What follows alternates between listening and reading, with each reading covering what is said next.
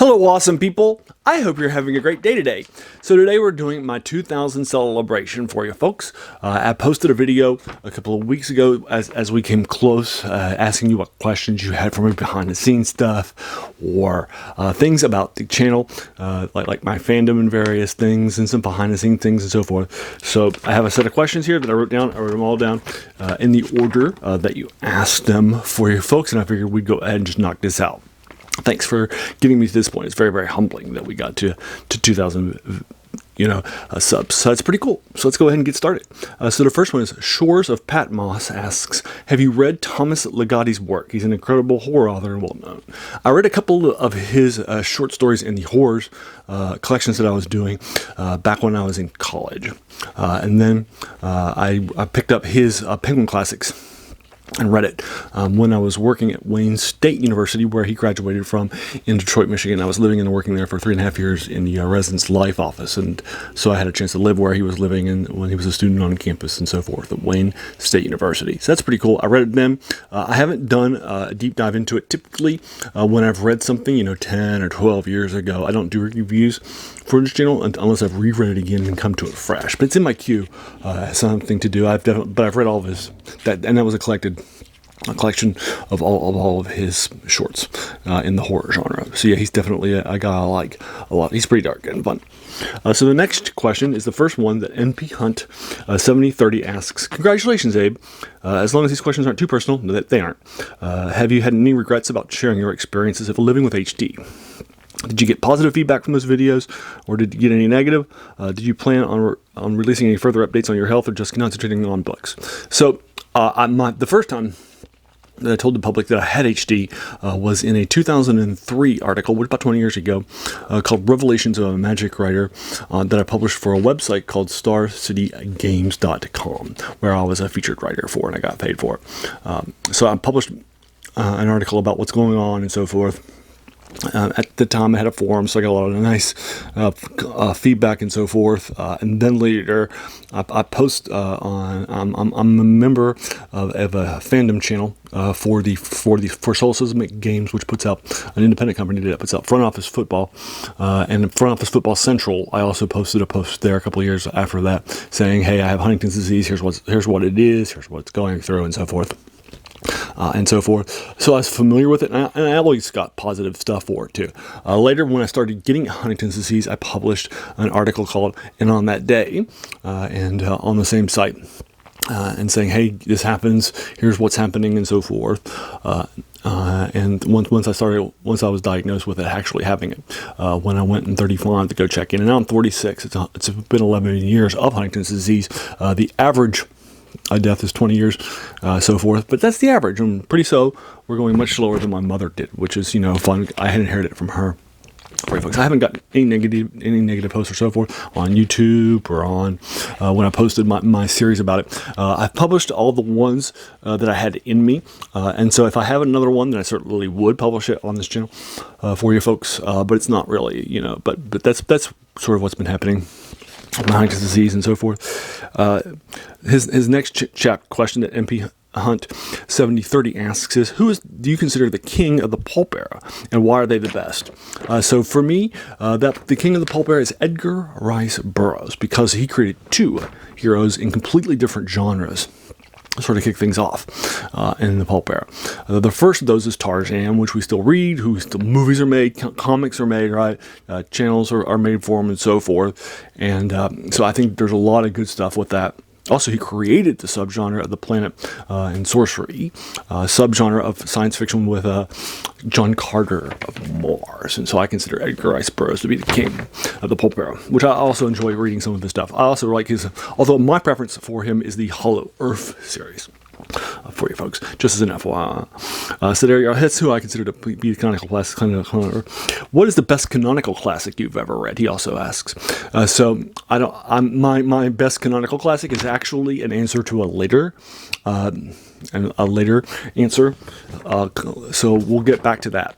So I'm going to give you a different a canonical classic for you folks. There's a lot of fun things that I've read out there that I've really, really enjoyed for you folks. But Frankenstein's also pretty good too, by Mary Shelley. It's never been done well as a horror movie. Nobody's ever really done it genre, because it's not just a science fiction or fantasy horror stuff combined. It's a fun thing that actually has all this fun stuff that's happening. With philosophy, for example, he's not evil innately, but people treat him evilly, so he reacts with the evil that we give him. That shows that that you're not born evil. You become evil based on how people treat you, right, and so forth. And so I think that's probably something that's really, really strong too, as a canonical classic that I've definitely gone back and reread, and I did a review for you folks too. NP Hunt 7030 also asks, why don't you do any of the usual booktube stuff like tags and discussions and so forth? And so there are tags that you can put in your videos that will link you to them, but my videos are pretty short. I think those are more useful if you have spoilers of videos reviews, but I don't do spoiler reviews because my reviews are all spoiler free. So there's not like linking to that or something like that would happen for you folks. So that's why I don't do that, because it's just not something useful.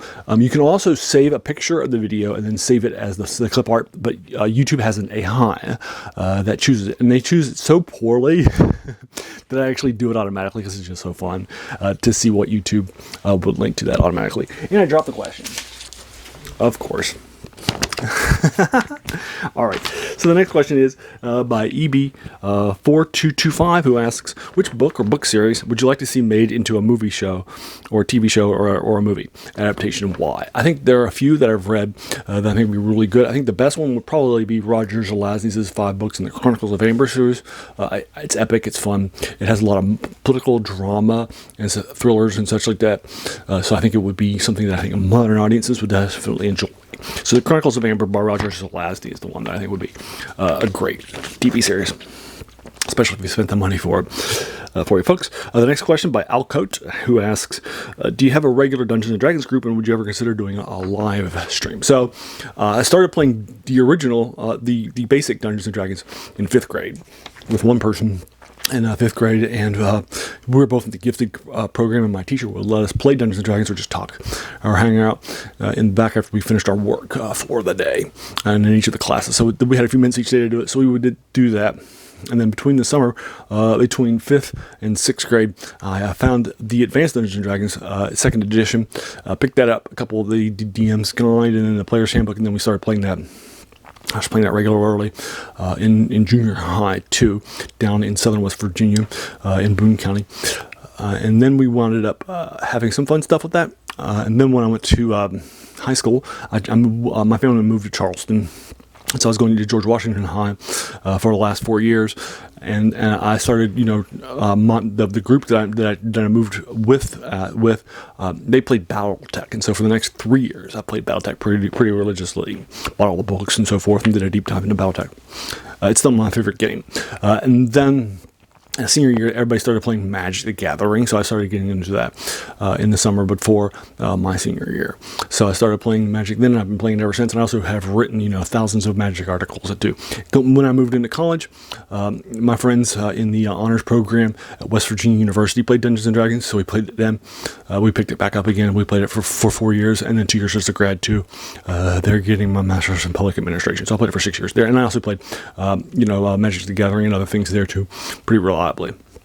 Then when I moved to Eastern Michigan University in Ypsilanti, Michigan, my first job in residence life and my first job overall for 6 years, I was there in Ypsilanti, Michigan, which is right outside of Ann Arbor, and it's a suburb of Detroit. And while I was there, we were playing Magic pretty reliably and so forth, and they weren't really into Dungeons & Dragons, so I didn't play Dungeons & Dragons anymore after moving from Morgantown. And then, so it was just what we ended up playing up. I also played, instead of, the game, I also picked up HeroClix while I was there too, as my other game of passion. I also have written some HeroClix articles here and there for various places, magazines and such. Then we wound up moving to Wayne State University which is in Detroit, which I've already talked about, as the place that Thomas Ligotti graduated from. And then there it was just Magic still. It wasn't role-playing games. So it wasn't until I moved here in Baltimore, where I've been for 6 years now, a suburb called Catonsville, which is right next door to it, at UMBC, University of Maryland, Baltimore County, which won their the big basketball game, men's basketball, the biggest upset in men's basketball history. Anyway, so that happened while I was here, actually, and I watched the game. So that was fun. And now that I came back here about 3 years ago, we started playing again in my play group here that I picked up. But our dungeon master moved, so now we've just been playing board games. So we played board games, for example, this past Friday night. So we haven't been playing Dungeons and Dragons actively since then. But I have. But it's a big part of who I am. So that's why I want to give you that background. All right, the next question is by Tareen Occlusion, who asks, how do you measure fulfillment and growth in your career, especially when you're not sure what you're working towards? How do you know when it's time to leave a job or an industry that doesn't align with your values or interests and experience? What's the best way to balance financial security and job satisfaction? I think one of the best ways to balance financial is to try to find jobs that you are passionate about, but also will pay you sometimes perks. For example, in residence life, you don't get paid that much, but you live on campus. So it's sort of inflation proof, right? Because as the costs of things rise, the cost of living on campus will rise too, but you'll get paid. Because that's a part of your pay, right? Similarly, your all your utilities paid for. I have a washer, dryer in my apartment, in my 2-bedroom apartment in Catonsville, right? And so it's pretty fun and so forth. So I think it's also good to find things that also will pay you well too, and will balance that out right. I did residence life because I wanted to have a fast impact on people because of Huntington's disease. When trying to figure out as a senior what I wanted to do career-wise, I said, let's take a look and see whether or not I have Huntington's disease. And I did the test then because my mother had it, so I already knew when I was a kid. And she died of it when I was in junior high in 8th grade. But then I said, let's find out if I have it or not. I did have it. So then I said, okay, let's go ahead and do something that's fast. So I just did a fast master's degree in public administration, just 2 years, and then I would be in the field of making an impact on people's lives, right? So that's why I did my degree and why I'm in the field that I'm in. If I had not had Huntington's disease, I would have done I would have done a doctorate, probably in political science, which is what my undergrad was in, and I loved it a lot. And then would be teaching. So that's at a college.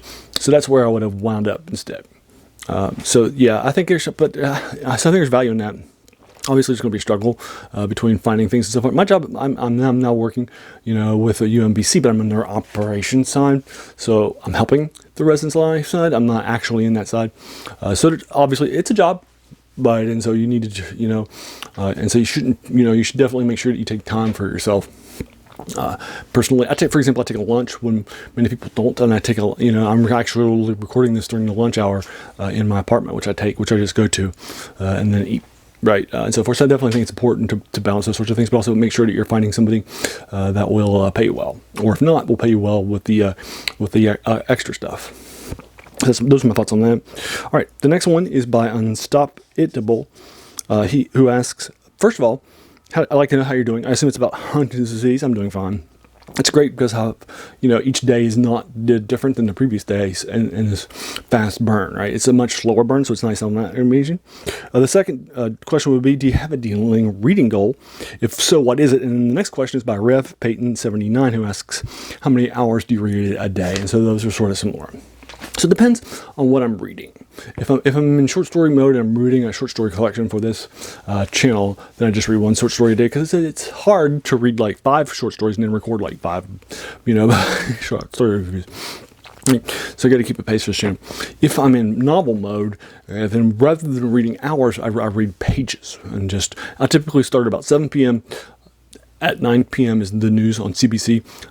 That's the Canadian Broadcasting Network, and I watch their news, The National, on YouTube because I'm not there anymore. I used to live in Detroit for like a long time, as you saw from a couple of my jobs, and I got them broadcasted, and I got used to their news because it's much better and much more, And the world news, I love their take on U.S. and so forth. So I watch CBC News as The National. Anyway, so that's fun.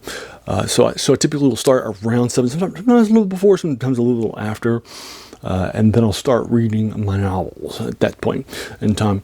And then I'll try to knock out a certain number of pages. So, for example, if I'm reading a novel that's got 200 pages, I'll just do 50 pages a day, starting at 7 until I finish, until 9 hits. It'll typically be earlier than that, and then I'll knock it out in 4 days. So I do pages rather than hours a day. That's sort of how I break up my time. And then our final question is from Velvet Trace 3173, who asks, "Hello, new subscriber here. I love your channel and congrats on 2K.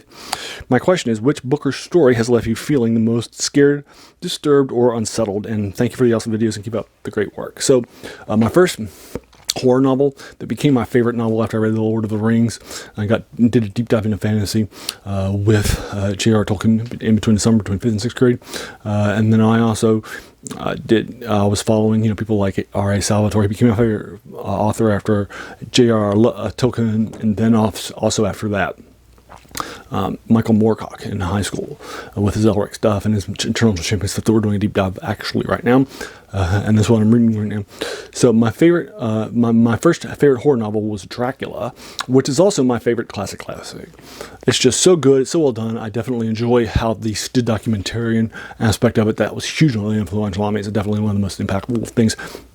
Or lots of things in a documentarian way, where I separate different documents like newspaper articles and so forth into journal posts, into my stuff that I write. It was hugely influential on me too. It was definitely darker. I loved it. Again, like Frankenstein's, it has just not been done well, in my opinion. Also, when I was in college and I read some H.P. Lovecraft stuff, there was a publisher that I really liked for their fantasy and science fiction stuff called Del Rey, and I would follow them from author to author, like Lancelot Evans that I have discovered that way. Right, or some other stuff. So it's they were sort of this prestige, label that I definitely followed from author to author. Well, they published a collection of H.P. Lovecraft stuff. It's in 3 volumes. It has all of his solo stuff, except for some of his juvenilia stuff, which is published in another novel. So I have most of his solo stuff in those 3 collections, and they include, his dream stuff, his stuff like. So the first one I picked up was just the first one in the volume. It's his general horror stuff. The first one was Rats in the Walls, which I read and thought was good, but it still felt like an Edgar Allan Poe story, but I still liked it, and so forth. But later on, there's some Cthulhu Mythos stuff in there, and I started reading some of that stuff, and that definitely sort of, left me sort of feeling a little disquieted. So H.P. Lovecraft's Cthulhu Mythos stuff particular, but then some of his other stuff too, was also really good too, for you folks. And so there you are. That concludes all the questions that I've asked. Once again, I just want to thank you so much for taking some time out of your day and investing it and watching my video, because we all have so many things that are happening in our lives, and we're pulled in so many different directions. So the fact that you spent this time with me is very, very humbling. Once again, and I appreciate it. So thanks, and have an awesome day.